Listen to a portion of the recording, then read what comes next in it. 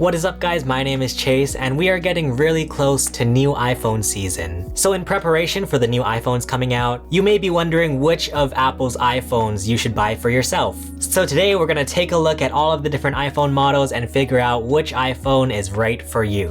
Right now, while I'm recording this video, this is what Apple's iPhone lineup currently looks like. And going forward, it looks like Apple is going to also be sticking with this lineup in the future. Apple does also have this very handy page on the website where you can select different iPhone models and compare them with each other. And basically, the way that I see the iPhone lineup is, on one end of the spectrum, you have the more budget-friendly iPhones, and then on the other end, you have the more expensive, fancier models of the iPhone. So let's start off on the cheaper end of the iPhones. Apple's most budget-friendly iPhone is the iPhone SE. This iPhone, in my opinion, is perfect for younger children who might be getting their first iPhone ever. The current iPhone SE is basically an older style of iPhone with some of the most current tech packed in it. So as of this recording, Apple currently offers the iPhone SE 3rd generation, which from the outside looks like some of the older iPhone models, where it has that classic iPhone look with the Touch ID home button on the bottom and the speaker and camera up on top. And then on the back you have the single camera as well as a little flash. However, if we look at what's on the inside of the iPhone SE, it has Apple's latest A15 Bionic chip inside. It offers 5G cellular service, as well as being rated IP67 for splash, water, and dust resistance. The cameras on the iPhone SE are also definitely up to today's standards. The single camera on the back is a 12 megapixel camera, as well as being able to support Apple's portrait mode, which gives you that really nice blurry looking background. For video recording, you can record up to 4K at 60 frames per second, which is definitely really great for a smartphone right now. You also of course have the front facing camera, which is 7 megapixels at f-stop 2.2. That camera also supports portrait mode, which will give you that blurry looking background so you can take really nice looking selfies if that's what you're into. And in terms of price, you get all of this starting at $429 US. So the iPhone SE is a very budget-friendly iPhone that still does offer a lot of new and current features.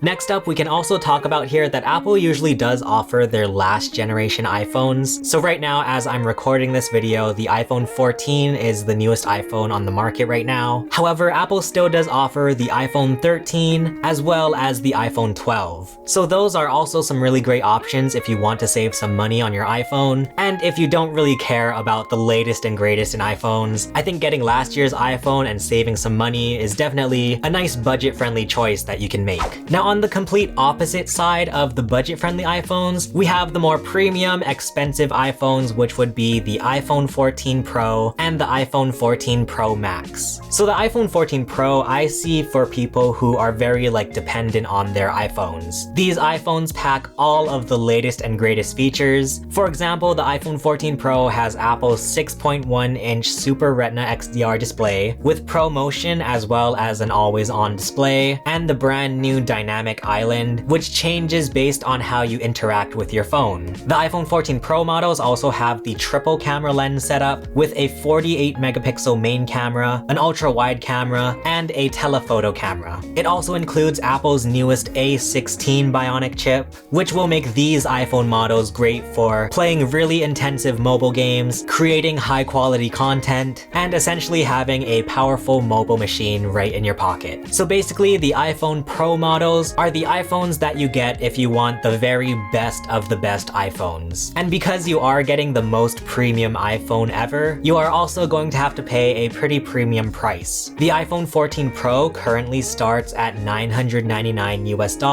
and if you're looking to get a larger iPhone model, maybe you have a hard time seeing the small screen, or you just want that larger screen real estate to, play games or work on content or whatever, you can also get the iPhone 14 Pro Max, which is basically just the iPhone 14 Pro, but bigger. And that one starts at $1,099 US. Now right now, while I'm filming this video, there are some rumors going around saying that Apple may actually increase the price of the iPhone 15 Pro models. So we'll see if they actually go through with that. But basically all you have to know is that the iPhone Pro models are the most expensive iPhones that you can get, but also just the best iPhone you can get with all of the newest features.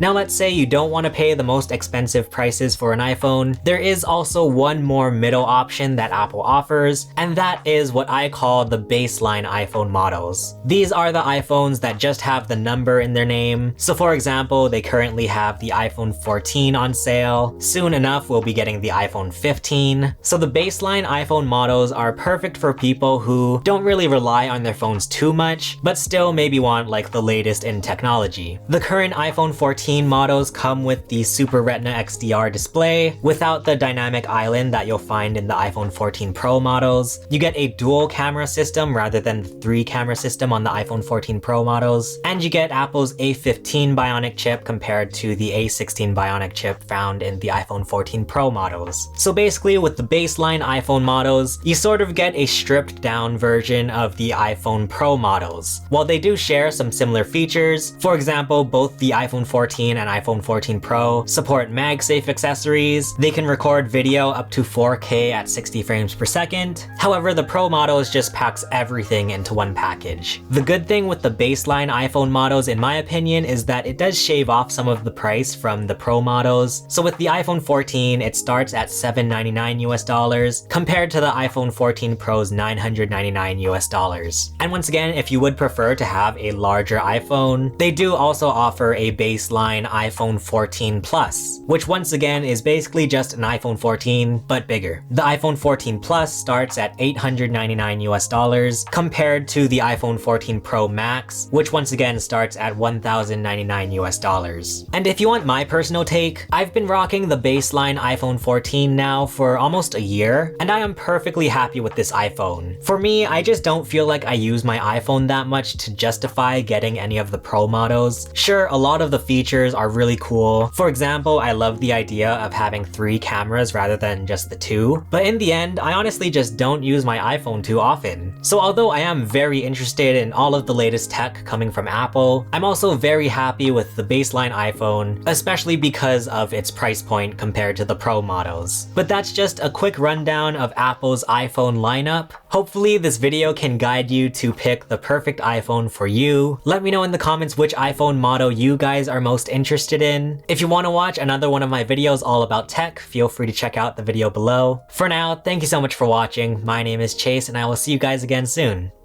Bye.